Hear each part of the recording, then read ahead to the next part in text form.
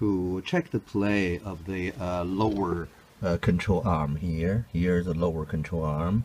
There are the ball joints over there, inner ball joint and outer ball joint. And you can check the play of outer ball joint if there's a play.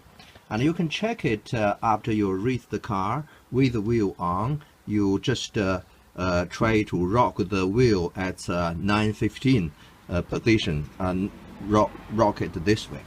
And after the wheel removed, you can also try to rock this brake disc and caliper, this assembly, to see if there's any play at the outer ball joint. So we're going to set the camera to see if we have too much play.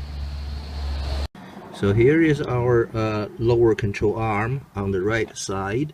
We're going to check this ball joint over here and to see if we have too much play on this ball joint.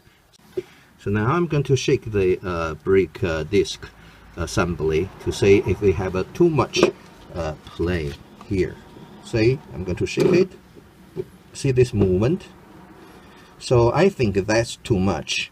So we need to replace this control arm. So outer ball joint, the play is too much. So here is another view. You can see the play of the ball joint, outer ball joint of the control arm. So that's the play.